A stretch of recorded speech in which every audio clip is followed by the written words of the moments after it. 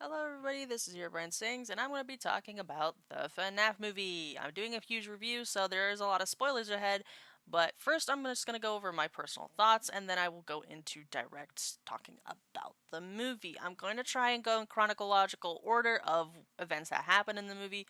I have the movie pulled up so I can keep track of what the hell I'm talking about, and I'll just talk about specific scenes and stuff like that. So it's going to be very, very spoiler filled, as I'm going to be talking about the entire movie.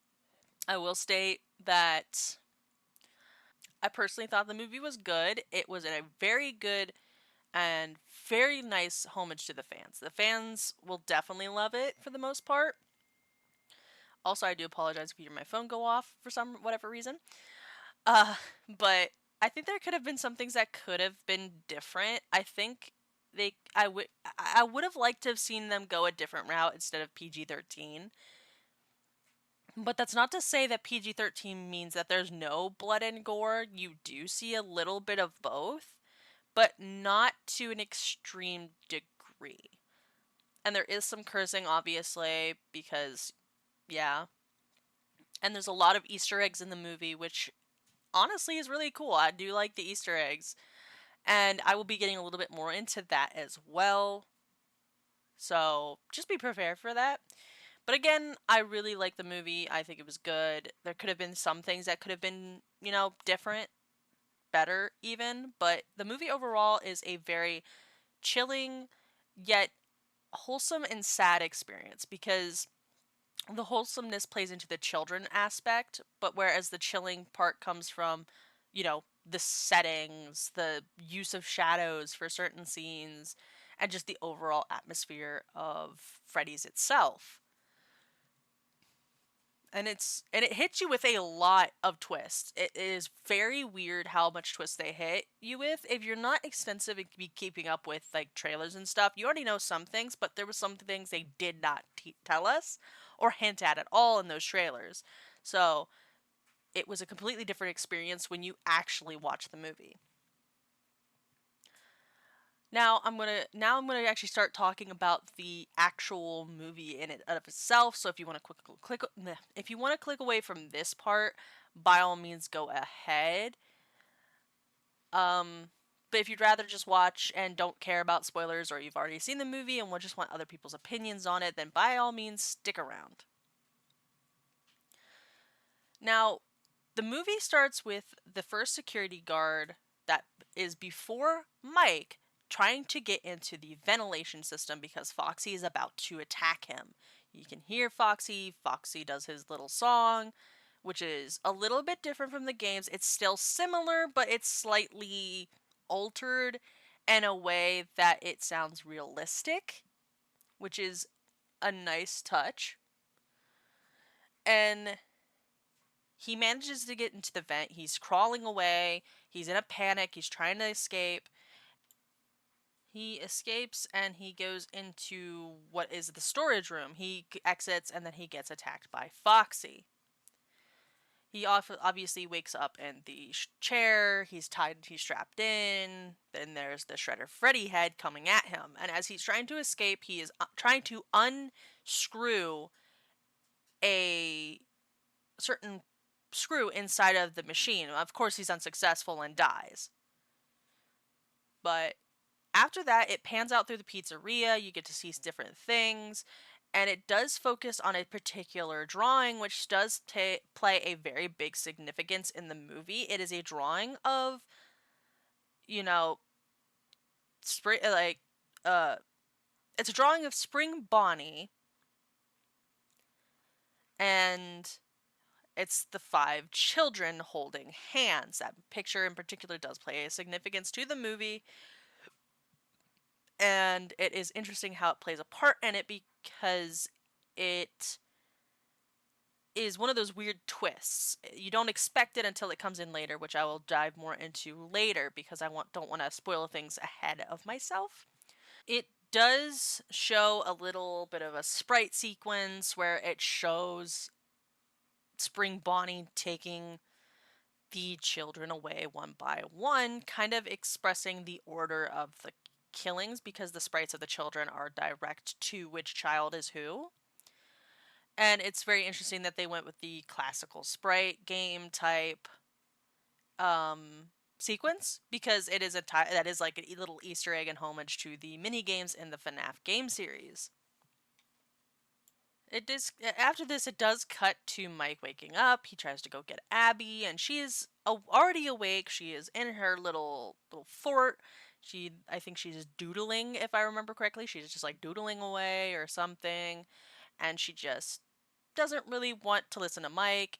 He's trying to get her to listen and get ready.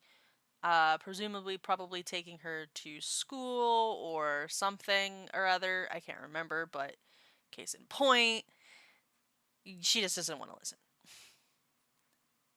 So he seems to have some weird estrangeness with his sister Abby, which I thought was his daughter originally, but it turns out that's his sister. So, okay. But we do find out that Mike does have a brother, which is interesting, but his brother was younger than him, and so Mike is the oldest, which we'll play more into that later. Mike ends up having to go to work, so he ends up leaving. He's working security at a mall. He's talking to this guy who's reading this dream theory book, which is very interesting to listen to because it plays into the fact the book he particularly reads about is how the person who is dreaming about a memory is no longer just seeing it unwillingly. It's more of a you are now an active participant, which is interesting because it does play into Mike's dreams that we see consistently throughout the movie and how it changes. But he talks to this guy for a bit. He ends up discussing that book. Other guy asks if he can keep the book. He says no, and he takes it back. Whatever. It's a very particular interesting scene because it does play into Mike's dreams, and it's again hinting at something going on with Mike himself. It's interesting because you did see Mike throw a bottle into his dresser prior, and we didn't know what that bottle was. He just locked it away in his dresser, and we don't know what the fuck it was. But as he's sitting there talking with this guy, that he ends up obviously leaving at some point, going to go get food, which it looks to be an ice cream place, which is, if you look on the girl's hat, who very well knows Mike and knows his usual, which appears to be a chocolate vanilla swirl. She does talk about Abby. She's asking how he is, and she's like, "Oh, we got this new flavor, and it's a rainbow flavor. She would love it." If you notice on her hat, there is a happy rainbow pin. It is a play on the happy rainbow mini game sequence in from FNAF World, which is a really interesting little thing. I didn't expect them to actually have that damn stupid rainbow in the damn movie, but that was a very quick and little Easter egg, which was really cool. But it makes sense that it would be an ice cream shop. Nonetheless, when Mike is talking to this girl, he looks over, he's distracted, he sees this little boy who looks very nervous, kind of scared, and this man walks over and grabs him and starts yanking him away. Of course, Mike chases after the guy and just beats the living shit out of this dude. Just absolutely beating this dude. It turns out that the guy was, in fact, the child's father. So it was a huge misunderstanding, but you don't know why he's doing it until you see the dream sequence. Obviously, after Mike is just beating the shit out of this dude, we see a cut to Mike waiting for something, and we figure out it's the career counselor, Steve Raglan, who is played by Matthew Lillard. Which, if you know anything, Matthew Lillard was confirmed to be William Afton early on. But if you didn't see that, that's kind of like a little bit of a spoiler as well. But most people knew that. Most people talked about it. So if you didn't know that, that's kind of surprising. But nonetheless, here is Steve Raglan. He is completely somebody else, pretending to be somebody else. And he looks through Mike's files. He sees that Mike's had 3 other jobs. One he lost within a week, one he's lost within a month, and he kind of goes through each reason why. And it seems to be a very similar issue repeatedly. It's just because Mike is that troubled by the memory that he has. And he kind of is like, you're kind of screwing yourself over here. I don't really know what to do. I don't know how to help you. And he kind of talks to him a little bit. And then he looks at Mike's name, which is Mike Schmidt or Michael Schmidt. And it's weird because he pauses and seems a little nervous by the fact that he just doesn't even say Schmidt. He's like, he just sees the name, and then suddenly this career counselor is acting completely different. He's a little bit more nervous. He's like, "Coffee?" And he's like, "Would you like some coffee?" He's like completely different. His tone, his voice, his body language changes. We don't know why, but it's a very interesting little foreshadow for those who didn't know who he was. They're like, okay, well, why is he acting like that way? That's kind of suspicious. So I hope some people maybe caught on to that. I couldn't have been the only one that noticed, but it's interesting because at that point he says, you know, I have one job offer for you. And it's this old rundown place. The pay is shit. The hours are shit. Everything about it is shit. But you only have to watch cameras and clean up. Pretty simple. But Mike says, oh, well, I can't do that. I can't do nights. So I can't. He's like, oh, well, if you change your mind, here's a card. You know, his card, I presume, to call him directly about it. And obviously, there's some sequence before all of that, before he actually does take the job. And we'll talk about that a little bit now. So at this point, it cuts to Mike going home. His babysitter's there. She is just kind of watching TV on the couch. She's like, man, I wish somebody would buy me a ring, because she's watching one of those like ring infomercials, which is very funny because it kind of dates to the time period a little bit, which it does do that consistently throughout the movie. They try to drill it in your brain of what time period this is, which I would say is early 90s or late 90s, early 2000s, roughly, which I will mention something later on that will definitely date the time period in the movie. Because again, a lot of the stuff that has happened in the 80s. So it has to be like late 90s to early 2000s. I would say closer to the 90s than the 2000s just because of some of the stuff. I'm a 90s baby. I was born in 96. So it kind of helps me date the movie a little bit better because a lot of this stuff I remember. So I'm going simply based off of my memory. But nonetheless, the babysitter made, I guess, some food. I think it was a lasagna or some shit. She mentions what the hell it was. I think she said a Stouffer's or something. I can't remember. Nonetheless, she made something. He asked, did Abby eat? She says, what do you think? Which means no. And he goes into Abby's room. She's drawing, doing a little thing, doodling, whatever. She's drawing her friends, who are imaginary friends because she has a very active imagination. And this will play into things later as well. So Mike tries to get her to go eat. She doesn't want to. She wants to finish up her drawing first. He tries to take the crayon away. He ends up snapping it. She doesn't seem too upset about it, but kind of slightly upset, and he sits on the bed, and she says, you're sitting on my friend. And he just gives up. He just gives up, doesn't seem to really care. He's just like, do whatever you want. Apparently, this is like something that consistently happens with those two, because he's just used to it at this point. It's very prevalent by the fact that he tries to get her to do things, but she doesn't want to. It could be that they're a little bit estranged from the fact that both of their parents had passed away, and Abby is extremely young, so I don't know if she actively remembers any of them passing. I would probably assume that they didn't pass too far, like maybe a couple months back, and that's why they're struggling, because, yeah. At one point, Mike did get a notice of delinquency shortly after the events of the mall. Which, if you don't know what a notice of delinquency is, it is a legal notification that one has overdue payment for a court-ordered child support agreement or other financial obligation, because he is actively keeping an eye on Abby. He gets that notice, which he just lost his job, so it's very hard for him. I do apologize for my slight back jump. I forgot to mention it because, again, I'm skipping through the scenes and I'm trying to remember everything as I'm going. So, yeah, that is my apology. Nonetheless, he gets that notice. He obviously is having a hard time paying for this type of stuff because he's taking care of Abby.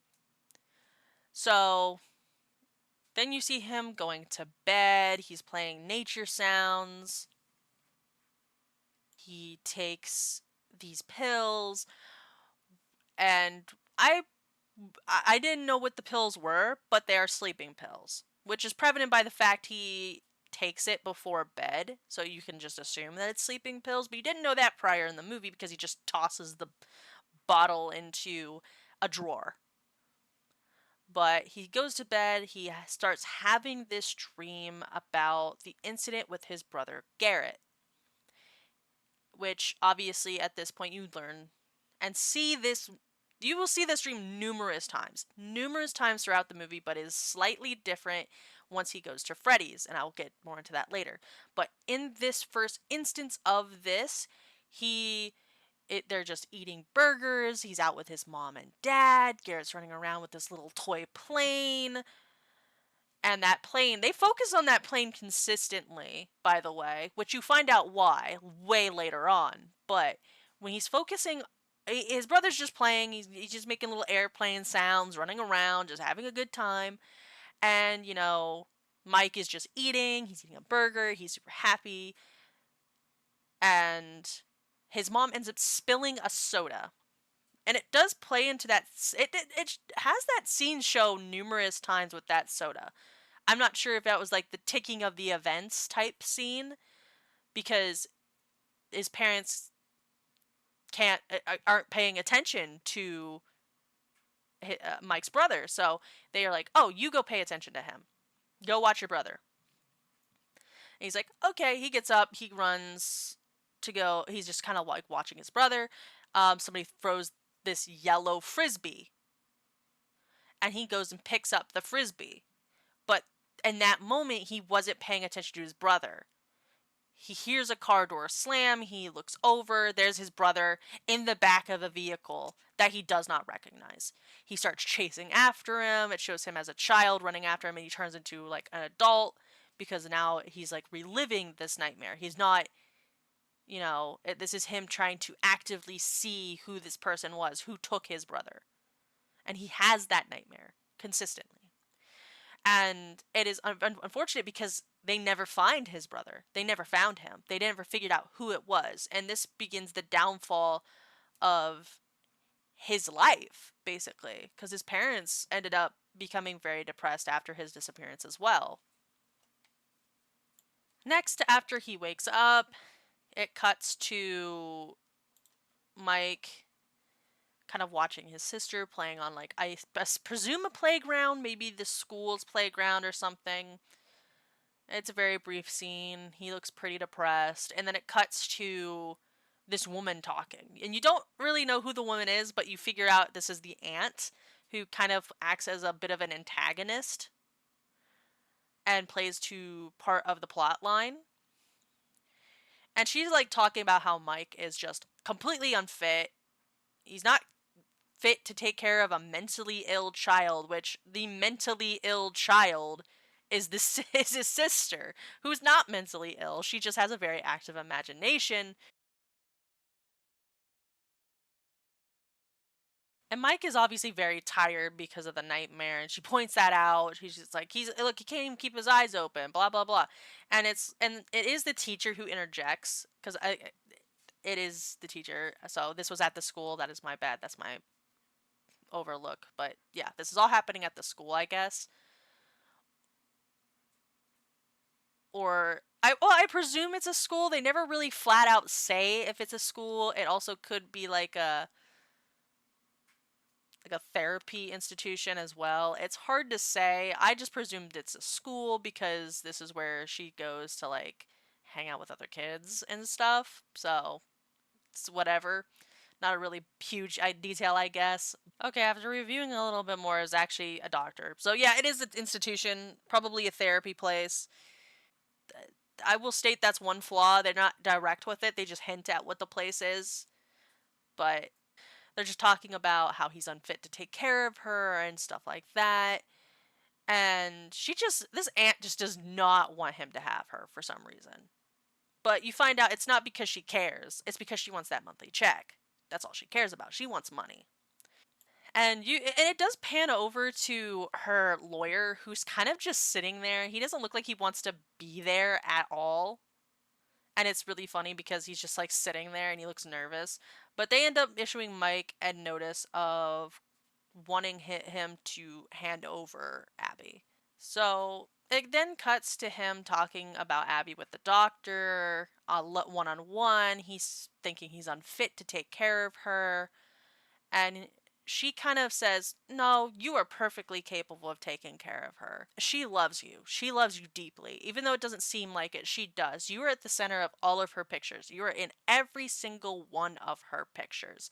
And he is. He is, in fact, in every single one of her pictures. And she states something that is super prevalent and very important, which is pictures for children holds a very powerful significance because that will tell the truth of how they kind of feel. It's like, and this is kind of my words on it, but it does play into the fact that the pictures do take a huge significance in the movie. Pictures for children, it basically tells the truth.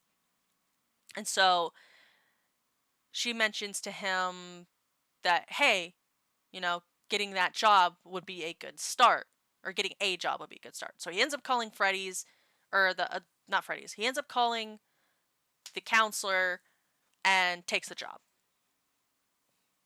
So, you know, he does that. He goes to his first night at Freddy's.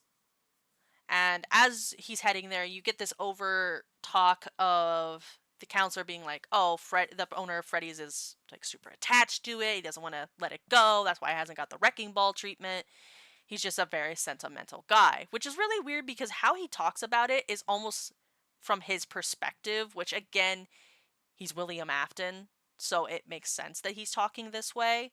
And I will state they do mention the power switch in the office. It's like a breaker. It has a switch, and it's just like a little lever switch. He does say if you need to flick that on and off, and things will be good. Everything will be fine if the electricity starts acting up. So Mike goes inside. He ends up sitting down in the office. He's kind of like checking things out or whatever, and he notices a tape which has his name on it. Super weird, right? But he plays it, it's like a training tape, but as soon as it gets to the animatronics, it like skips over everything. So he knows absolutely jack diddly shit of what he's actually supposed to do. He does walk over to the locker, which he preemptively gets jump scared by a little balloon boy. Which they did say there was a hidden character in the movie. It's a fucking balloon boy. But it's like a figure. It's not even actually Balloon Boy, which is really, really funny. But he just ends up like turning it around. He sees there's a little jacket, which is perfectly sized to him, weirdly enough, and it says security on it. He ends up putting that on. He starts walking through the pizzeria. He's checking it out. He thinks he hears something from behind the curtain where Freddy, Bonnie, and Chica are. He doesn't see anything when he looks. So he just kind of goes back to the office. He ends up falling asleep in the office, uh, and then he starts having that dream, that weird dream. So it goes through the motions of the dream once again, but when his brother is taken away, there are the five ghost children. They're just standing there. They're just looking at him. They're kind of confused. They look a little confused as to why this man is here. And he's like, "Hey, did you see what happened? Did you see what happened?" And then they just kind of bolt because he's asking for help. He tries to get help from these kids, but they won't talk to him. Which, if you know anything about the Five Nights at Freddy's lore, we kind of already knew that the children are kind of untrusting towards adults. So they just bolt. He tries chasing, I think it was the Golden Freddy kid or it was the Freddy kid. I can't remember which kid it was, but he chases one of them. He ends up falling and he wakes up. It is 6 a.m. Anyways, Mike goes home. His babysitter's sleeping on the couch. I guess he somehow convinced her to stay over for the night shifts or whatever, which, I mean, obviously he's very close with this babysitter. He's known her for a while at this point, and he's like, I'm sorry, I haven't been able to pay you or anything like that. She's like, it's okay, I know you will eventually, plus I know where you live, ha ha ha, whatever. He goes into Abby's room and, wakes her up because it's, early in the morning, and then it eventually cuts to um, that same babysitter sitting in a diner. It is called Sparky's, which is also an Easter egg. And you want to know why? Because they're the first ever fake animatronic that ever existed that was in an altered screenshot was a dog animatronic named Sparky, which is a really funny little homage to Sparky the dog. I thought that was cool. I don't know if anybody else caught that, but there is another reference to that as well, not just the diner. But moving on, you hear a familiar voice talking for a brief moment before it pans out and cuts to none other than Matt Pat from Game Theory as a waiter in the movie. Nobody thought that Matthew had gotten a part. I don't know why I said Matthew, but Matt. Maybe he's called Matthew. I don't know. Anyway, Matt Pat himself is there. He's playing a part, and he's talking, and he's like, "Oh, did you know that lunch is the most important meal of the day?" And they're like, "Isn't that breakfast?" Because the aunt's trying to be like, we don't want food. We're just here to talk." Rude, right? And he's like, "Well, that's what they say, but I think he kind of says, "Oh, I think lunch is blah blah blah," and he's like, "But that's just a theory." His classic little line that he says in a lot of his cameos. So they kind of just shoo him away. Whatever, they don't want it. So this is where a big plot point comes in, where they're talking, and the whole point of the girl being at that house was she was acting as a spy for the aunt. She was trying to find some incriminating evidence to get Mike in trouble so that way the aunt could get Abby, which obviously didn't fucking work. And she looks super uncomfortable. She looks like she doesn't want to be doing this, and the the lawyer is there for some reason, and he ends up overhearing all of this, and he gets more and more nervous through this entire sequence because he's not supposed to be hearing any of this, because now he's like an accomplice to this whole thing. There's another guy sitting there, and he has a little bit of significance later as well, and I assume this is either the boyfriend to the girl or something. And he just says, "Why don't we just straight up kill him?" Which obviously that's illegal. But the lawyer does freak out, and he tries to leave, but he can't because the aunt lady keeps him there. But she does mention the night job that Mike has at Freddy's. And they're like, "Okay, well, why don't we just bust up the place? Okay, just we could steal whatever we want that we think is valuable, etc., etc." They're like, "Oh, okay, yeah, do that." And after that scene, it cuts to Mike getting ready. For some reason, he's trying to grab the Nebraska poster off of his roof, and he ends up tearing it, obviously, because it's on his fucking roof and he can't reach it. He's jumping on the bed trying to reach it. And his sister is wearing his security vest. And she's like, "I'm going with you." And he's like, "No, you're not. You're not going with me." And then they have a little kerfuffle thing. And the babysitter walks in the midst of this, and she's like, he's trying to take my vest, my jacket, or whatever. And he obviously gets it from her. And then he ends up going to Freddy's, obviously. So he ends up hanging the Nebraska poster on the wall, which you can see the tear through it. He hung it there for some reason. And he ends up falling asleep. He has this little player to play the music, he has his sleeping pills, whatever. He ends up taking those. He ends up having the same dream with those kids again. But this time, he chases the Foxy kid, not the Golden Freddy kid. He catches the Freddy kid, the Foxy kid, but he ends up getting sliced. Which plays a significance part because anytime he has any way he gets hurt in his dreams, he gets hurt in real life, and you figure that out because it's because of the Foxy animatronic, who consistently is seen going to his office, which is probably why they use the Foxy kid for this scene, because he does have a hook, and the gash that he sustains looks like that from a hook. But it also does cut to the kid having pure black eyes and a liquid coming out of their eye, which plays into the crying child thing. Nonetheless, he wakes up, it's raining, and he sees this person out front. Well, he goes and opens the door, and it's a police officer. Officer Vanessa. And she plays a very big part in the movie from this point on. Because prior, he did have to flick the lights on and off because of the whole, things acting up and whatnot. And the only way he was able to see her, because after he flicked that on and off, the cameras were working fine and he could see her. He ends up opening the door. She's obviously like, oh, whatever. They kind of go talk pretty normally. She notices the gash on his arm and she's like, hold on, let me come in. I know where they keep the first aid kit. She goes and helps him, helps bandage it up. And she's like, well, if anything ever happens, I'm the person you want to call. Which is weird, which we will play into the fact that she knows where the first aid kit is. How does she know where that is? There's no way that she could know where that is, but she states that she's known about the place since she was a kid and she loved that place.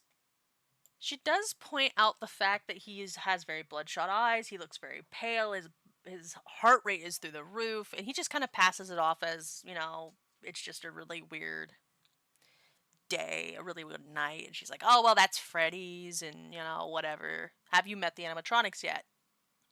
She does go and take him to go meet the animatronics, which is weird that she wants him to meet them.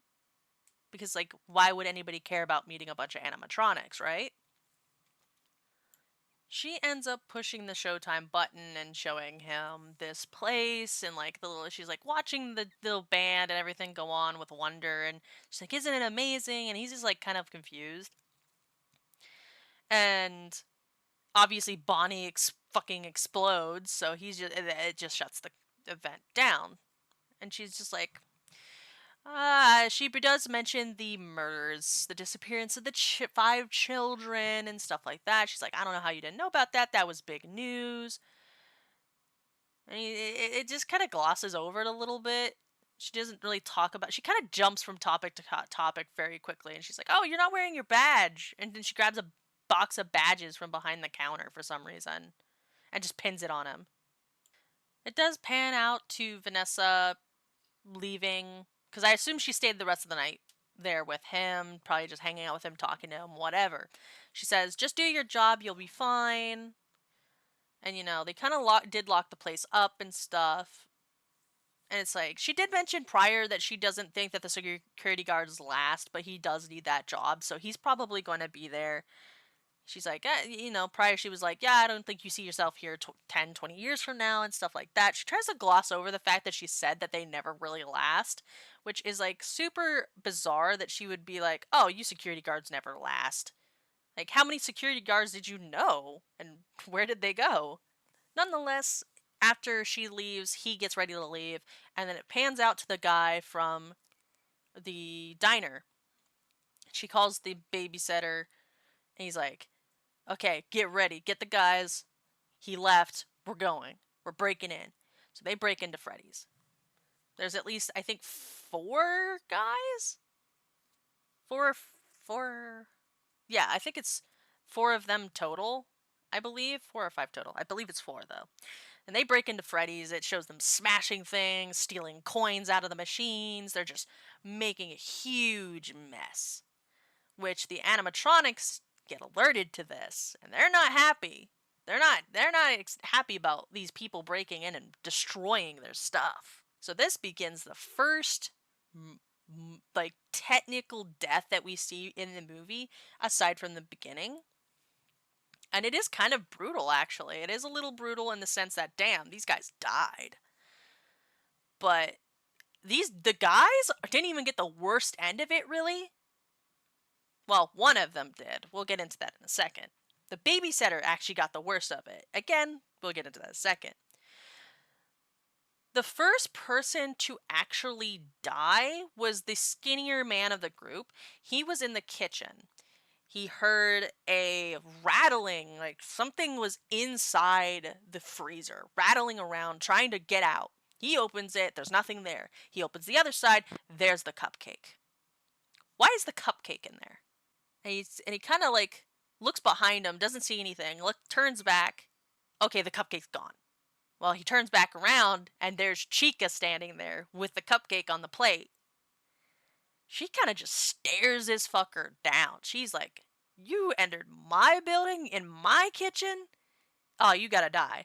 The cupcake lunges at the dude, latching on his face, and just starts chewing the crap out of it, just absolutely shredding his face. The bigger fella with the bat that you saw prior sees this, he freaks out, and he runs. Chica looked at him, and this motherfucker ran. He was done. And the main guy sees this on the cameras. He's like, where are you going? Why are you running? And this dumbass, this big fella, hides in the closet. But guess what closet that is? It's the small one. And guess who's inside? Bonnie. Bonnie ends up killing him as soon as the guy manages to turn on the light. You don't really see how he does it. I presume he just strangled him or something. Because you don't really see it because the shadows are a little blurry because the glass on the door is a little but you do see the dude's hand slam on the window and drag down. Obviously, the guy is like looking to try and find what the hell happened. Meanwhile, the girl is outside being like, what the fuck's taking so long? Obviously, the one dude does go to try to find the one guy who ran into that closet, by the way. And out steps fucking Bonnie, and he's pissed. He's ready to kill again. But the guy does run. He ends up going back into the office, locking himself in. However, he has access to the cameras. He can see what's going on in the cameras. And guess who's standing by a vent? Bonnie and Chica. Chica has the cupcake. She bends down, holding out the plate, and then suddenly the cupcake is gone. And guess where that cupcake is going? Straight through the ventilation system to the office. He ends up pressing himself against that vent to keep that cupcake from getting in. However, the door mysteriously opens on its own. He does try to escape, but unfortunately meets his end by Foxy. Of course it's gonna be Foxy, because Foxy's done this many times in that same corridor prior in the movie. Foxy seems to be the most violent out of the bunch and loves to get a hold of people specifically. However, at this point, the girl does end up coming in. She's trying to figure out where the fuck everybody is. And sure enough, she sees the ghost of the Golden Freddy child. He's like, follow me. And he's running through the pizzeria, leading her through. And she gets into the animatronic room. The back area. The parts and service room, if you will. And there's Freddy. Freddy is just standing there, and then you can hear the little boy being like, hey, over here, in here, blah, blah, blah. He's doing that. He's luring her into the room to where Freddy is. She ends up putting a chair over by Freddy. She's kind of freaked out. And this is where actually one of the most gruesome scenes happen, because he ends up pulling her into Freddy's mouth and chomping her in half. You see the shadow of her body flying into the mouth, the chomp, and then it cuts to her lower half of her body falling on the ground. You don't see the gore aspect of it, but they're now dead. All four of them are dead. After this entire brutal scene, it then cuts to Mike and Abby sitting on the couch. Well, he's sitting on the couch. She is sitting on the floor. She's drawing while there's cartoons. He ends up pulling out the little Freddy's badge that he ended up getting from Vanessa. and throwing it onto like handing it to her. He hands it to Abby, and she's just like, "Meh, whatever," and just puts it back on the table. Probably sat upset because she wasn't allowed to go that night. And he's like, "I'm trying my best," and stuff like that. He really is trying his best. He ends up putting the badge into a drawer that seems to have a little issue, is kind of stuck. He ends up walking out of the room. She ends up kind of smiling and running over to it, trying to open it, but ends up yanking the thing off. And he comes in, he's like, "Are you okay?" And she's holding the papers of the that the aunt had given him prior in the movie. She's really upset. She's like, "Why do you have these if it's no big deal?" And he's like, well, he kind of fesses up the truth a little bit about the ants and stuff. And she's like, "I don't like her. She's so mean to me, and she smells like cigarettes." Which, presumably, yeah, the smell of cigarette is disgusting. But and she's like, "Are you going to give me away?" And he's obviously like, "No, I'm not going to give you away. Why would I do that?" And then there's a knock on the door, and lo and behold, it's Vanessa. And she's like, "Hey, I need to talk to you." And she sees Abby, and she kind of like switches her tone and position a little bit. She's like, "Oh, I didn't know you had a daughter." And Abby's like, "Ew." And Mike corrects her. I think it was Mike or Abby specifically corrects her and says, "No, sister. This is my sister." And she's like, "Oh, I didn't know you had a sister." And they obviously are like, "Okay, we're gonna go talk one on one," and stuff like that. and she's and Abby obviously goes away. Vanessa pulls out the sleeping pills, and she's like, "Why are you sleeping on the job? Somebody broke into Freddy's. You forgot to lock a door. I'm gonna have to file a report." And he's like, "Please don't do that. It was an accident," and stuff like that. He's like, "You don't understand." And she's like, "Well, help me understand. Why do you have these?"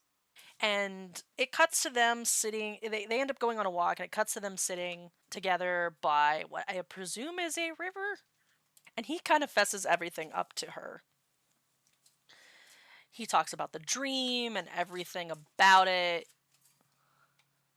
And as they're having this heart to heart, he kind of does go into better detail about why he's taking the pills, why he has the poster, the sights, and the sounds. It's because it helps him get back to the memory. And he truly believes deep down he saw the man who killed his brother.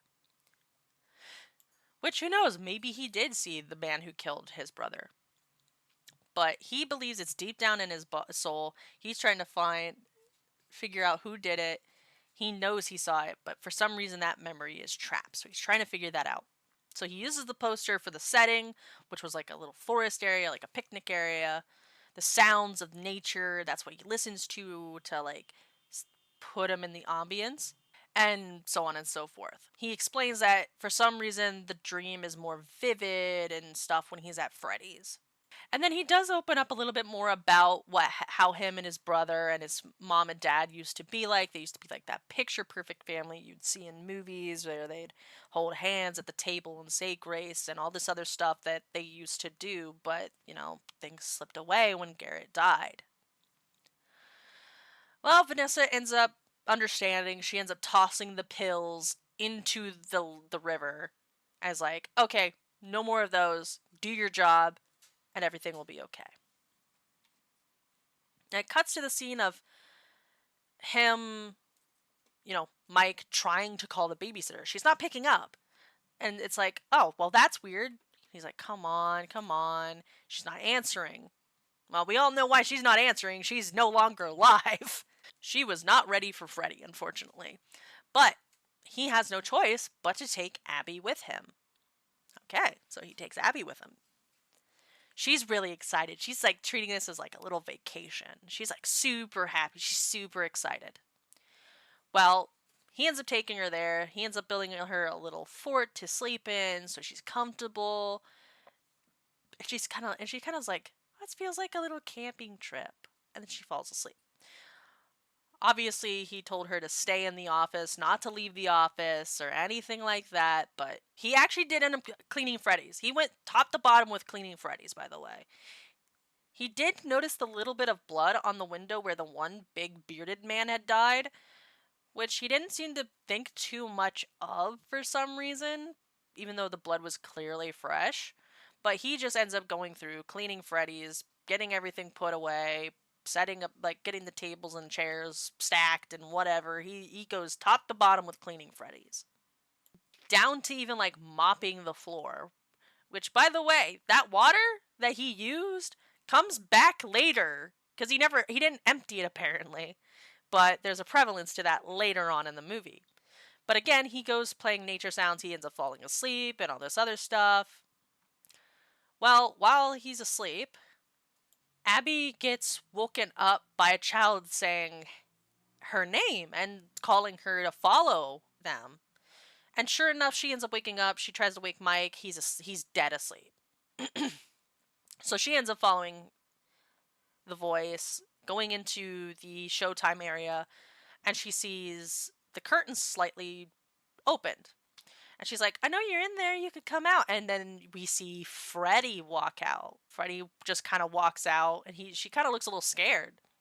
Well, it cuts back to Mike in his dream, and he sees the boy in the striped shirt, which is Golden Freddy, or Golden Freddy's spirit. And he's just drawing in the dirt, and Mike asks this kid, look, I just want some help. I want to figure out who killed my brother. Can you help me? And he just kind of goes, what do we get in return? What can we get in return? And he says, anything. Well, then you start hearing a little bit of a screaming in the background. And he looks to see a bunny drawn in the dirt. Why did this kid draw a bunny? What's the point in him drawing a bunny? Mike wakes up, hears the screaming, he goes, he runs, he sees the animatronics standing over Abby. He thinks that they're hurting her. So he ends up running at them. Freddy turns around and starts stomping towards him. He grabs a chair to defend himself. And then it just shows Abby laughing. She's like, oh, they were tickling me. And it's like, huh? The animatronics were tickling you? First off, I don't even know how the fuck the animatronics can even do that. They have, like, big fucking fingers. So I don't know how that works. I know, it's very crazy. Sorry, my bird's chirping. But Abby and Mike talk a little bit, and Abby tells, Freddy and the others, oh, that's my big brother. It's okay, that's my big brother. And she does tell him the names of each one of the animatronics, Freddy, Bonnie, Foxy, Chica. And she's like, oh, these are my friends. Now these are her friends. These big animatronics are now her friends. And Mike looks really confused. He's like, oh, this has to be a joke, right? There's somebody controlling these guys. There's no way they're moving on their own. Nope, they're moving on their own. They're 100% moving on their own. And Abby's like, it's okay, they just want to play. And she looks at Chica, who winks at her. And Mike is like, okay, we gotta go. Obviously, he's now not comfortable being there. And she's like, hold on 1 second. And she pulls out her little drawing notepad. She draws a heart and hands it to Bonnie. Obviously, Abby thanks the animatronics for playing with her. She ends up hugging Freddy, and then they go home. Obviously, Abby fell asleep on the way home. He ends up tucking her to bed so she can sleep, and then he notices a drawing on her art wall that is of the same ghost children. And he's like, wait a second. And he goes through the pictures on her desk, which is even more photos of the same children. Well, once she wakes up, she's eating a little grilled cheese because he made her a grilled cheese. Excellent choice, by the way. Also, the food that in this movie looked burnt for some reason. Like, that grilled cheese looked burnt. Looked toasted as hell. It was so weird seeing it look like that. Maybe Mike is implied to not be a very good cook or something. I'm not sure. I'm gonna nitpick because it just looks so crusty. But nonetheless, they end up getting into a discussion about the ghost children, where Mike does ask, are they ghosts? And she does confirm they're ghosts. They're children spirits who haunt the animatronics, who move them, and stuff like that. And that explains why they were moving. And she's like really sad about it, obviously. And then she asks for more soup, and he kind of goes in and starts getting it ready to be made because she wants some more soup. But he kind of comes in and starts talking to her about Garrett. Like, hey, we had another brother and all this other stuff, and how mom and dad didn't really talk about them, and how kind of things just fell apart. Well, he ends up pulling out a particular scene, which was the scene of the brother being taken away.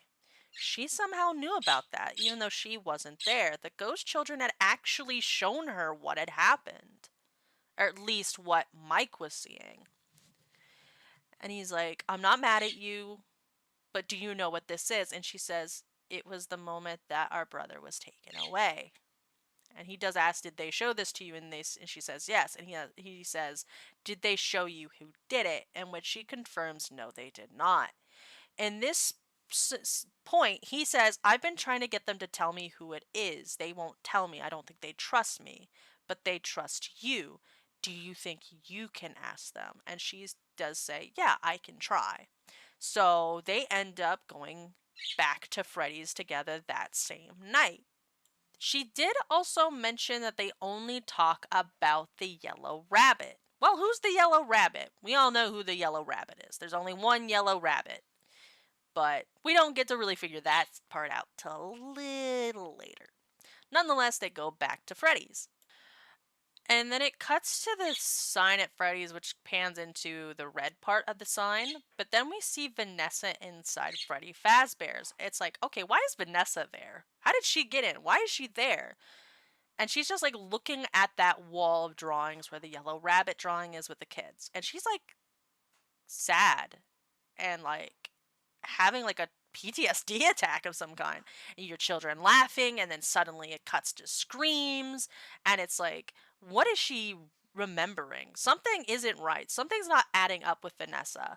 And obviously Mike and Abby pull up, they see that her car is there, and they're like, oh, Vanessa's here. And Abby's like, and Mike asks Abby, what do the ghost children talk about her? And she's like, yeah, they say she's nice. Okay, well, how did they know Vanessa? How do these children know Vanessa? That's weird, right? There's no way that they know about her, aside from maybe the fact that she's been there numerous times before. Maybe there's a possibility they knew her when they were alive. Who really knows? But obviously they go in and see Vanessa. She's kind of like looking up at Foxy. And obviously when they walk in, Abby immediately just bolts straight to the stage where Freddy, Chica, and Bonnie are. And Vanessa is like, kind of just looks at Mike. Kind of like, seeing the two was a little bit weird for her. I assume she wasn't expecting him to show up with Abby. And he kind of confronts her about it. He's like, you knew about this. You knew about these ghost children possessing these animatronics. Why didn't you say anything? And she doesn't really explain why. To be completely honest, I don't think she really explains why. But Abby's obviously like up there talking to the animatronics, and they immediately come to life when Abby's there. They're like just as they were in scenes prior, where you find out that they're kind of alive. And Abby calls over to the others, to Mike and Vanessa, and they're like, she's like, hey, we need your help. And the animatronics and her want to build a fort. They want to build a fucking fort that can fit all of them. And these animatronics are like huge. So obviously, how the hell are you going to build a fort that's big enough? But Mike seems very uneasy by this because they're giant animatronic robots. They could easily hurt her or any of them. And he doesn't really trust them that much, which is understandable. But Vanessa kind of ignores the thing that he says and just says, we could use the tables and chairs to help to make the fort. And then it goes on to a huge like montage sequence of them building this fort. So you get to see the animatronics actually building and doing things, which is really interesting because this is where you get to see more of their childlike feel, where you kind of get the hint that these are children. This is probably the most wholesome moment in the entire film in this singular montage, and there's actually even a little funny part too where Bonnie falls and they ask if Bonnie's okay and he just gives a thumbs up. It is an incredibly wholesome scene, and I absolutely love this scene overall because, again, these are children possessing these animatronics. They're not murderous by any way, shape, or form naturally, which comes into a bit of a play later. You realize that they're not that way by entire nature. But I won't really spoil much about this scene personally because I would rather see people this themselves, but it is one of the best scenes and honestly one of the cutest scenes because it does show them all in the fort. They're all laying down, and this is where more parts come into play. They realize, oh, it looks like it's about to rain. We need a little top for this fort. So Vanessa and Mike end up running off. They end up going to find a tablecloth. Vanessa goes straight for it. She knows exactly where it is. Why does she know where these are? She's like, "Oh, they used to keep these for birthday parties." Why the fuck do you know that, right?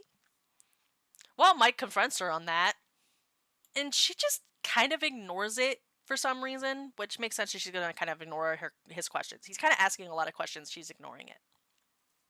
And he notices this very doll-like animatronic thing in the corner, and he almost touches it, by the way, but she says, "Don't touch that, those are very unstable." Okay, and she grabs a mop or a broom or something and jabs it, and the locks just snap right onto the broom and snapping it.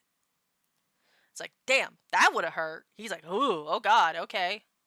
That's very weird because this animatronic, I'm not sure what it's supposed to be. I'm not sure if it's supposed to be the early rendition of the puppet or Baby, but I presume it's probably a very early prototype of Baby because it has the red hair. It's kind of curly, but it's dressed up like a doll. It's really really weird.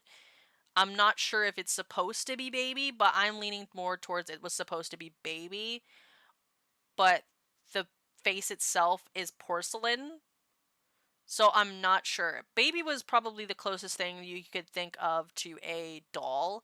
So that would be my bigger guess. I'm not sure if those suits in particular really used any of that mechanic.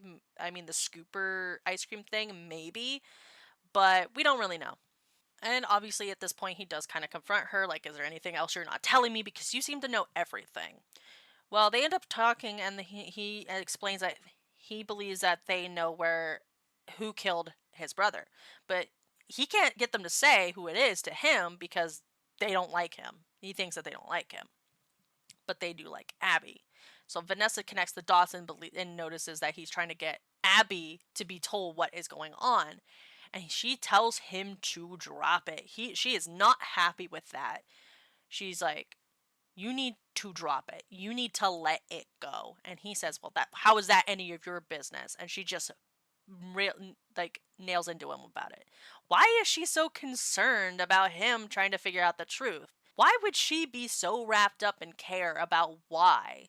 Well, there is a reason for that, but we'll get into that a little later because it plays into the fun little twist at the end of the movie. Nonetheless, they end up going back out to the main area. Abby is dancing with the animatronics, having a good real time with them, and it's another very wholesome scene. This entire section is mostly wholesome, and she's just having fun. It's just kids having fun. You see her on the main air, like in front of the band area. Freddie and Bonnie are on the stage. Bonnie's playing his guitar. Freddie's obviously doing his little singing. Foxy and Chica are dancing with her. Which, if you watched any of the other YouTubers' vlogs, this was one of the scenes they ended up walking into roughly around the time when this was going on. So that's pretty interesting.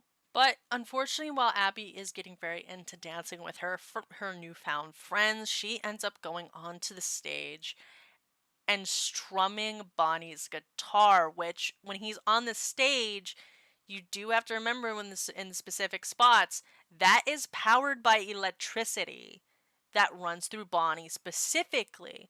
So when she strums it, she ends up electrocuting herself, presumably getting knocked out for a brief period of time. Vanessa and Mike are obviously very worried. Vanessa did try to stop Abby, but it was too late.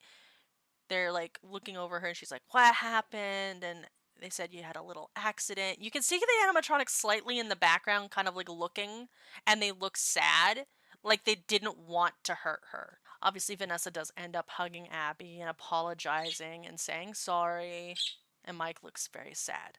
Well, it cuts to them standing outside. They end up getting ready to just go home and take Abby home. Vanessa and Mike have another little bit of a spat because She does end up telling him that he can do whatever he wants with his life, but to never bring Abby back again, otherwise she will shoot him. She only said this because he pointed out that she looked terrified back in the storage room. He noticed. He was very observant to the fact that she was not okay. Why? He doesn't know. Obviously, Vanessa has not opened up to him about it. He ends up taking Abby home, putting her into bed. Which, by the way, she doesn't have any like burn marks on her hand or anything, which you would assume that she would, but you don't ever actively see that. So I assume that was just a small detail maybe they missed, or maybe it wasn't as severe as they might have thought. Nonetheless, Abby says, "Why does everybody look like you with like that? Why does everyone have that same look? Why do they always look mad at you?" So this happens to him quite frequently for some reason. Why? Who knows? Well, he ends up getting on the phone and calling somebody. Mike ends up going to wake Abby, telling her to get dressed, and they need to talk. So she comes into the kitchen or the living room S type place, a dining area, I guess, a small dining area. And he kind of is like, "We need to talk about something," and all this other stuff. And the aunt walks in, and obviously Abby believes that Mike is going to give her her up to the aunt, which he's not really doing at all. He's asking the aunt to watch her so he can go do his job. Obviously, Abby doesn't believe that. She runs off crying, and it's just very unfortunate. She ends up grabbing a black marker and marking him off of all the pictures that she has on her wall of him because she's clearly upset with him. And Mike ends up leaving the house in a very big hurry in the broad daylight, which is unusual for Mike. Mike did end up going to the pharmacy to get more sleeping pills. I don't know if he had a prescription for it or if he ended up like just, I don't know, somehow getting some off brand one. I'm not sure how he managed that, but yeah, he grabbed those really quickly out of the man's hand because the man was about to explain something about tea and honey or something like that. I don't know. Very interesting, and the dude just takes it as Mike being a dick. He ends up going to Freddy's. He ends up taking sleeping pills and putting on the little head thing that he has, and he ends up going into his dream world. But this time, it's a little different. The family isn't doing the same things they did before. They're all sitting at that little picnic table, unlike before. And the ghost children appear, and the Golden Freddy child says, "This is what you want. This is what it could be like. You could live this reality, but we want Abby in return." Obviously, Mike is like having this very big mental dilemma. He's like crying and looking at his brother, or at least what is the memory of in this false reality of his brother. He ends up breaking down and agreeing to letting the children have Abby, but when he touches his brother, he just sees Abby in a flashback of her saying, "You're home," while she's laying in bed. And then he's like, "No, no, this isn't what I want. I don't, no, you can't have her. She's my sister." The children end up attacking him one by one, slicing him up.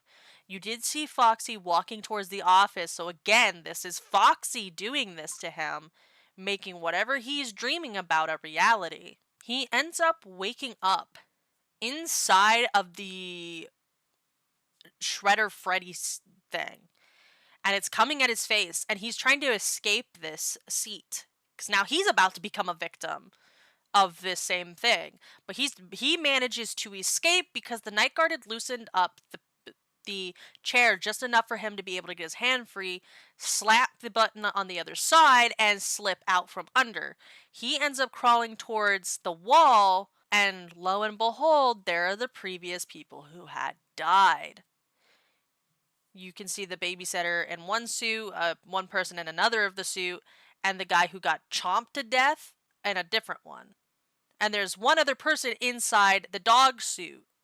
Because you did see the dog suit prior, but the dog suit is actually also a reference to Sparky, same as the diner from the previous in the movie. Or at least I believe that animatronic is supposed to be Sparky, because why else would there be a dog suit here? But that's just my interpretation. And this is where you actually see the aftermath of what happened to these guys and the one dude's face being all gored up from the cupcake. So there is this minor bit of gore, and he looks almost unrecognizable at this point. But nonetheless, these guys are dead.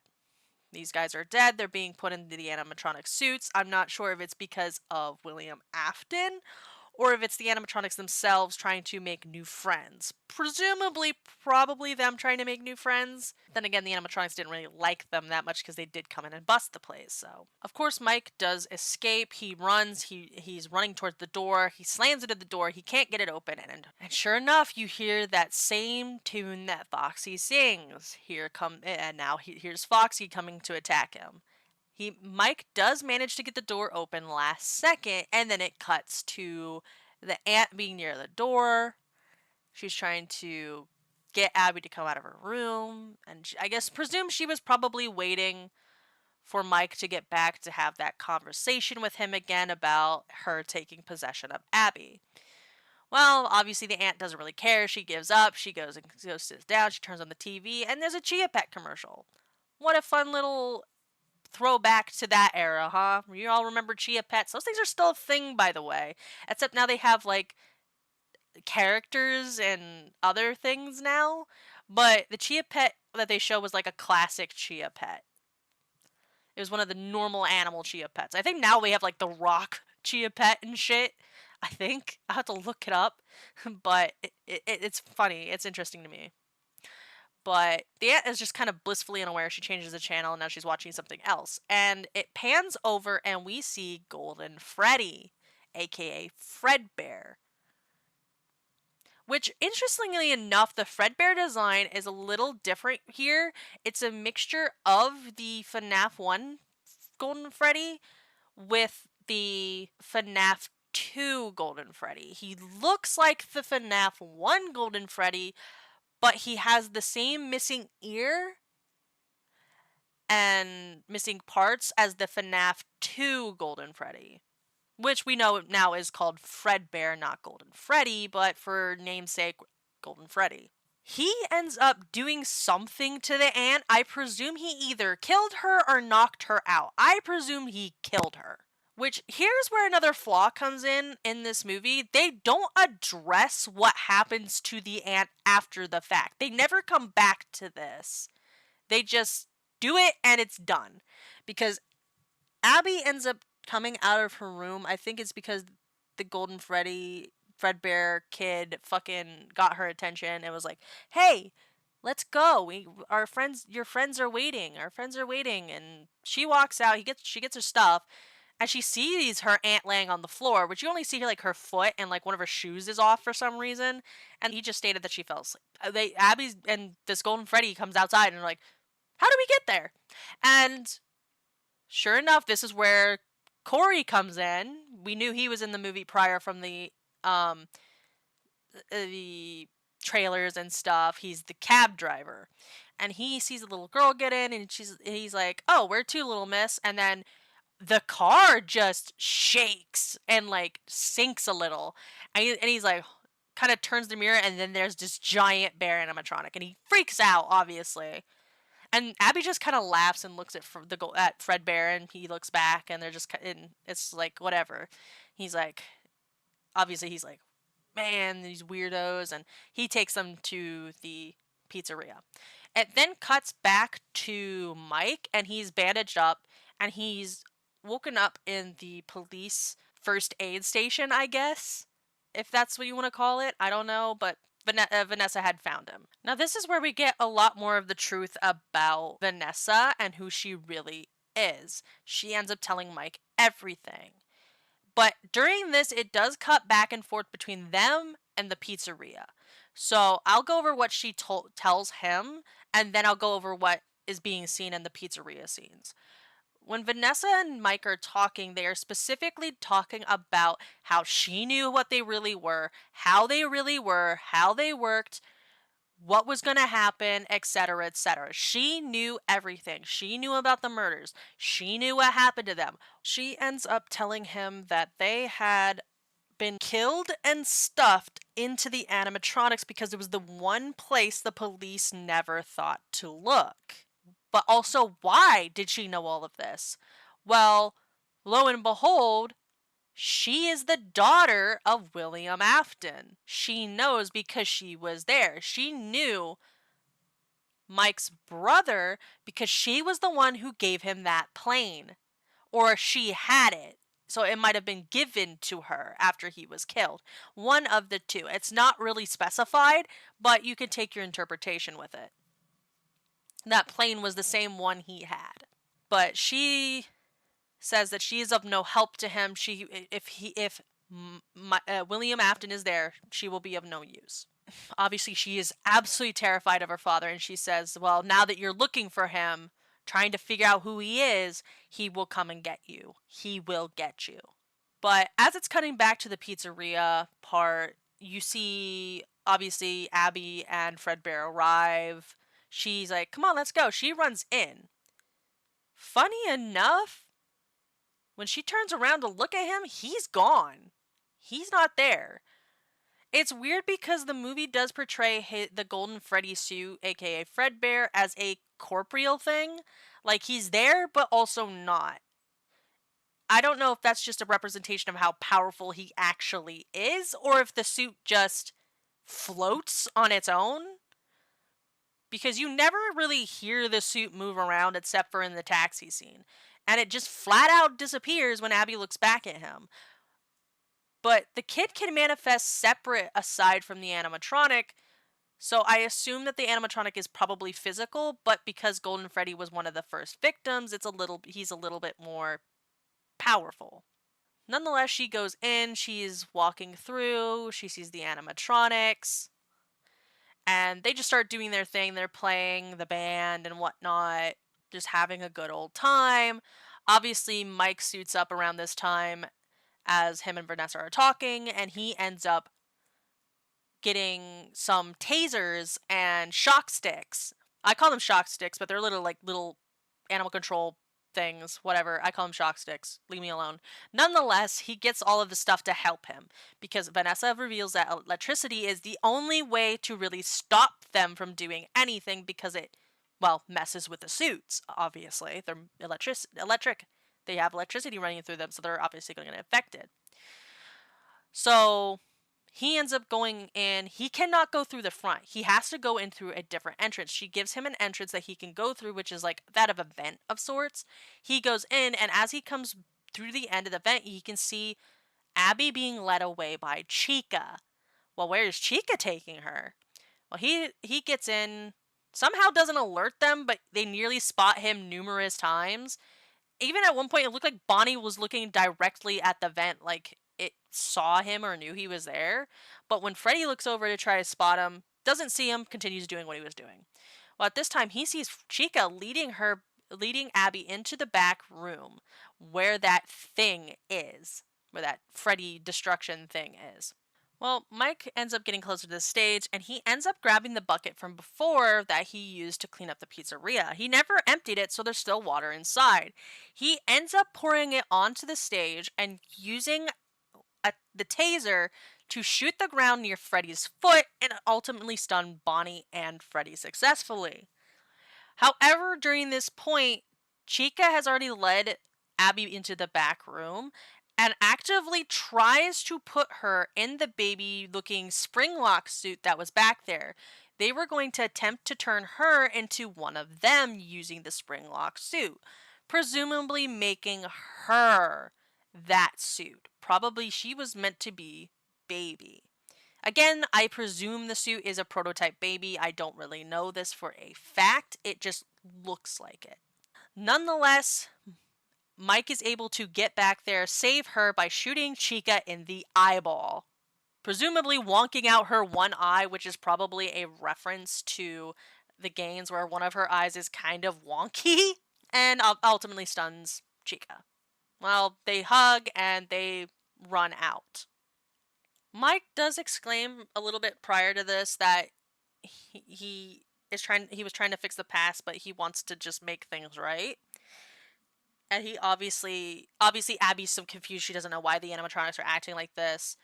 And Vanessa did explain that William Afton has control of them somehow, has some sort of influence on them. They don't know that he was the one who killed them, or he tricked them into believing he wasn't the one who killed them. It's not really fully explained until a little later. But the cupcake is on the one of the tables nearby and activates as soon as they get out. Unfortunately, obviously, they get attacked in the hallway out, and Mike is just getting absolutely chomped on in the leg by this fucking cupcake. Abby runs out and she tries to find a place to hide because Foxy activates. Obviously, Mike is fighting off the cupcake while Abby is trying to hide from Foxy. And I'll explain the scene each scene separately. So with the cupcake scene, obviously Mike is getting chomped on, and he ends up managing to kick the cupcake off and uses the stick, that shock stick, and jabs it into the mouth of the cupcake as it flies at him, which kind of looks a little goofy and kind of looks like CGI, but apparently it's not. The only thing really CGI looking is the electricity that runs through it in the scene. I think that's really the only CGI they ever actively use. He ends up getting up, going into the one area, but prior to this, while this is happening, Abby's trying to hide from Foxy, who is just carefully slamming his feet around. His eye is fully glowing red. He's in full on attack mode. Abby runs and gets into the ball pit. She's hiding in the ball pit. Mike obviously runs out. He looks a certain direction, and soon enough, the main antagonist reveals himself. The Spring Bonnie himself is now here, holding a knife, ready to kill. And he just carefully steps out. And this suit looks oddly bulky, like really oddly bulky for some reason. But I presume that maybe he is trying to repair it or keep it from decaying. It's really hard to say, but only like the right half of the suit is destroyed to some degree.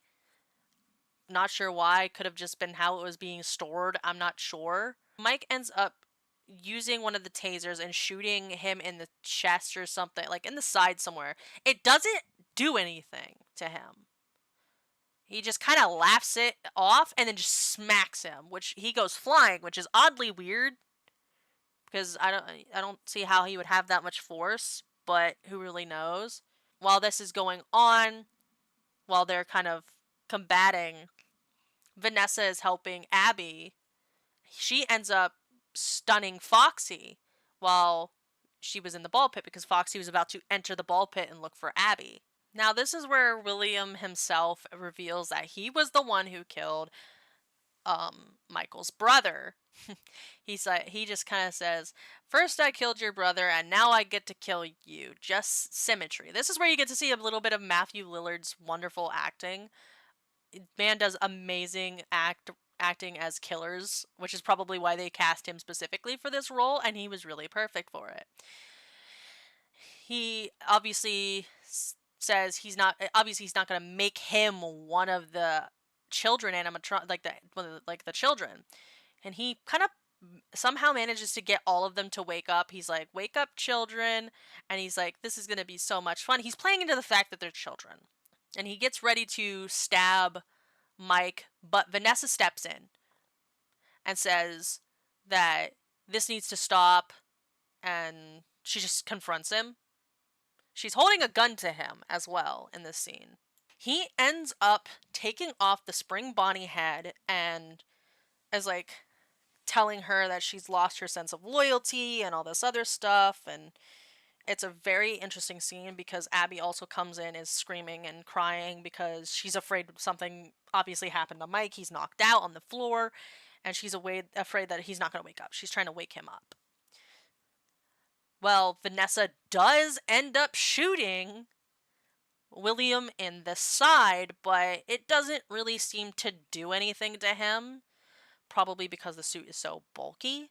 So Mike wakes up and he's like, him and Abby are both looking at that photo on the wall, the bunny photo of him holding hands with the children, acting like a friend. And they're both like thinking through to it. William controls them, but how? But then they're like, wait a minute, that photo. This plays into what was said earlier about pictures being a very powerful thing for children, and that is how he's managing to do it. He made himself seem like the friend when he was actually the betrayer. So, obviously, Abby runs off, gets ready to, and is drawing a photo. She's drawing a picture that we cannot see up until she puts it on the wall. But William notices this, and he gets ready to go get her because he had knocked the gun out of Vanessa's hand. He ends up strangling her, but with him strangling her, he wasn't able to really notice Abby at first until she ran over. And when he gets to step away, she obviously grabs Vanessa grabs William's hand and says, "You're not going to touch her. You're not going to kill her." But of course, he ends up getting mad and ends up stabbing Vanessa instead in the gut. Which you see the realization in his eyes what he had just done. He just stabbed and possibly killed his own daughter, but she was in his way. So, and that's what he does. He kills whoever gets in his way. However, it's already too late. Abby ends up stabbing the drawing into the place where the other drawing once was because she tore it down, which ultimately makes the place just shut down while Mike ran into the office to get ready to flip the power back on. This seems to activate something within the animatronics and the children, and now they are very well aware that William is their murderer because the photo shows the bunny holding a knife and the kids dead around him. Well, the animatronics begin to step closer and closer to William as Mike runs back, and the place is beginning to shake and kind of crumble. And William turns on the animatronics. He's like, "I made you. You are the way that you are because of me. You're nothing. You're pathetic, etc., etc." Well, soon enough, the cupcake ends up biting his suit and taking a chunk out of it, which now we can see the spring locks underneath. Well, lo and behold, that was just enough to cause the locks to activate, and they begin to dig into his side. He doesn't scream, oddly enough, and it's very weird that he doesn't scream because this is very painful. This is spring locks tearing and shredding his flesh, crushing his organs, and slowly killing him. I don't know if the movie really plays into the lore that he's been spring locked before. Maybe they do. Maybe that's why it's partially destroyed and decayed on the one side. I'm not sure. They don't confirm that. But he is struggling to fight the suit spring locking him, and he is just grunting and groaning in pain. And it does get close ups of the spring locks digging into him. You don't really see a lot of blood, mainly probably because the suit is still partially not visible. And you can see him whimpering and starting to kind of cry a bit in pain. He's starting to sweat. More of the spring locks are going off. You can hear them going off. And he, in a panic, he grabs the head and says, "I always come back," before putting the head back on. Now, this is where the scene gets a little bit more intense and is more what people were hoping and expecting to see, which this may also be a tie-in to the books as well, because the animatronics are obviously around William as he's getting spring locked, he puts on the head, and it sounds like you can hear something activate when he puts it on. There's nothing tying it to the rest of the body, but I think William knew what he was doing when he did this. But when he puts it on, the eyes begin to glow, and you can hear the sound of like another piece of metal activating. His body doesn't really convulse at that point, but you do see like a slight twitch, which might be an indication that it locked in place. But he falls over. Mike and Abby grab Vanessa. Abby's like, "What's going on?" And Mike just says, "It's the spring locks." Abby was not. I don't think Abby was made aware about the spring locks prior to the movie, but maybe he was just trying to explain it to her. I'm not sure. But they grab Vanessa and they both have to help get her out while this place is beginning to fall apart. The lights are starting to fall. The roof is starting to collapse. It is shaking. This place that was once holding these poor spirits is now falling apart around them. Their home is falling apart because they now know the truth. And the man behind the slaughter is now being killed by the Springlocks. They end up grabbing him and dragging him away as Abby, Mike, and Vanessa are escaping. Keep in mind, Vanessa was stabbed and she is completely unconscious.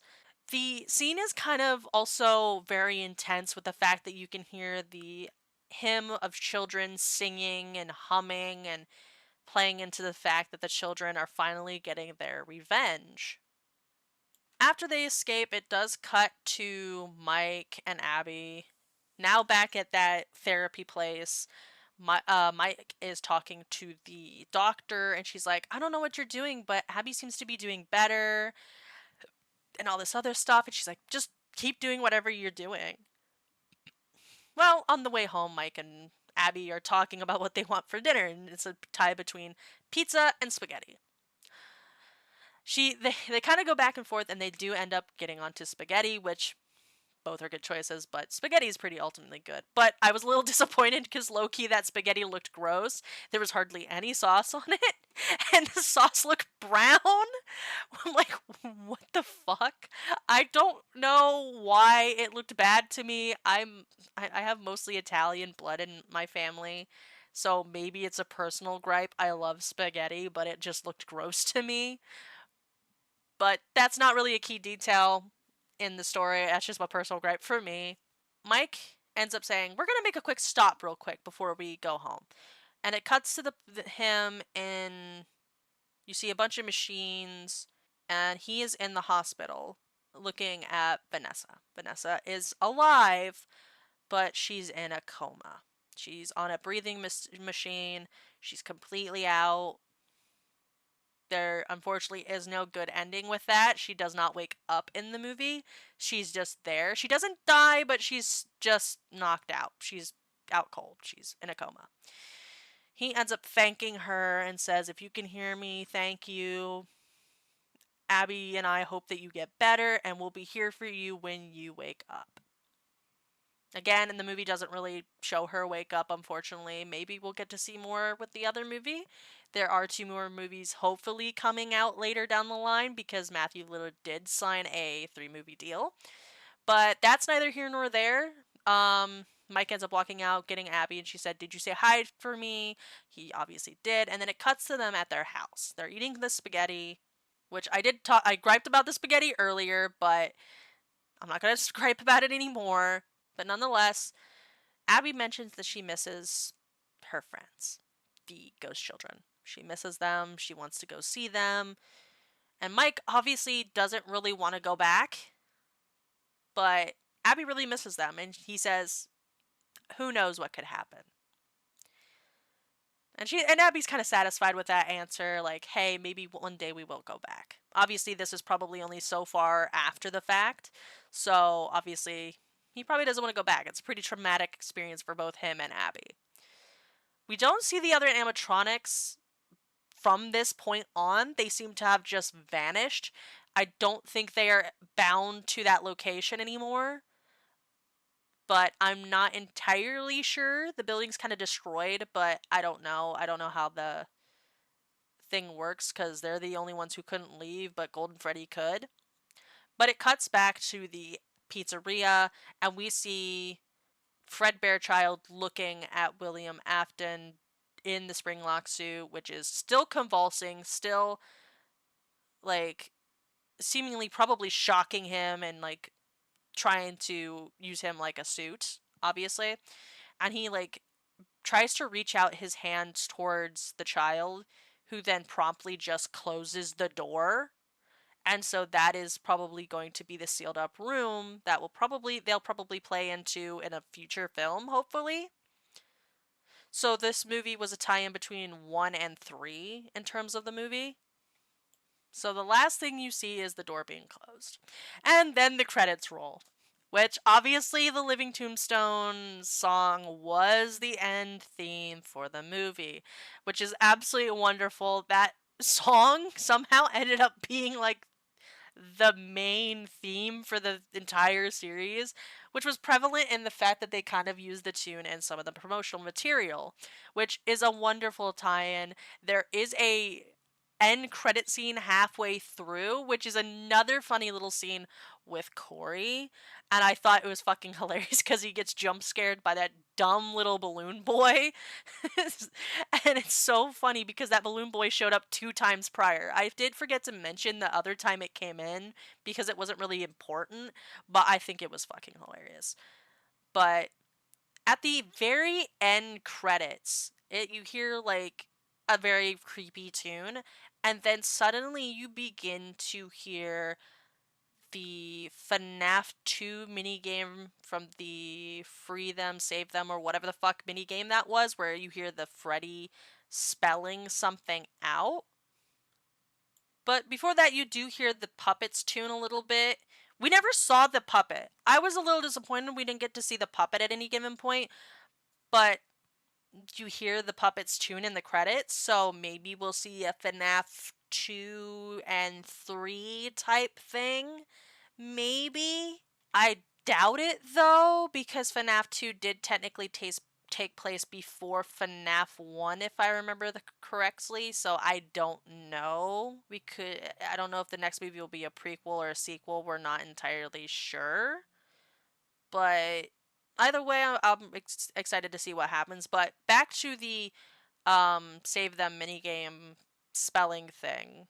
It says, "Come find me." I'm not entirely sure what that's in tying into, but the fact that we hear the puppet and that, which I can't remember if that was Freddy or Golden Freddy in the original, that was the speller. I think it was Golden Freddy, but it says, "Come find me." I'm not entirely sure where they're gonna go with that, but it is very ominous considering we did hear the puppet tune prior. But all the same, that is where the end of the movie is. I keep in mind I watched on Peacock. I don't think if there was another end credit scene it probably would have been at the very end. There wasn't one that I know of. If it was in theaters, it might be different. If it is, let me know, I guess. But overall, that is kind of everything that happens in the movie. I did not intend for this to be this long in the recording, by the way, but I was explaining everything in the movie and my thoughts on it, so I do apologize. Overall, this movie is super refreshing, and I'm actually very happy with how it turned out. I might show scenes from the movie here, but I might not. I'll probably just throw in some pictures and shit if I can find any during the editing process. And honestly, I say don't listen to critics. Critics have been giving it shit reviews, and some people are saying that they don't like the movie. But personally, as somebody who's been a fan since the very beginning of the series, I honestly thought it was like a little love letter to the fans, and honestly, it's what most fans probably would have wanted. I would have preferred a little bit more blood and gore, but what can you do? It's meant for teenagers, not for adults. So that's what they were going for. I don't know how new fans of the series will take it. I would hope that they would think it was refreshing and not like other horror movies. And it's by Blumhouse. Blumhouse does amazing work, and I love what they did with this movie. I'm so happy that it turned out the way that it did. Unfortunately, Markiplier was not in the movie, but they did say they want to get him in the future, which I'm really hoping for. But it's weird. I don't know whether the movie itself follows the lore of the games or the books. It seems to be a mixture of the two. I don't know if the movie itself is a different lore for it out of itself, but nonetheless, go watch the movie, preferably in theaters if you can, so they can make money to make more movies. But that is entirely up to you. Who knows? Maybe next Halloween we'll get FNAF 2. Who the fuck knows? I don't know. But overall, amazing watch. Very wholesome in some points, very spooky in others. I think they played a really good part in something a lot of fans would have wanted.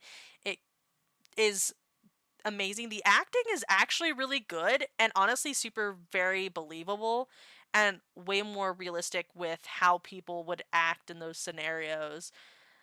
And overall, I personally plan to watch this movie again numerous times. Obviously, I kind of glimpsed through it again while making this review to kind of keep my points in check, which I did fuck up a couple of times, but that'll be fixed in the editing. But absolutely amazing. Loved every second of it. I hope that you guys will enjoy it too. And yeah, this video will be released today, the same day of the recording. So yeah, hope y'all enjoyed my little review slash synopsis slash personal thoughts.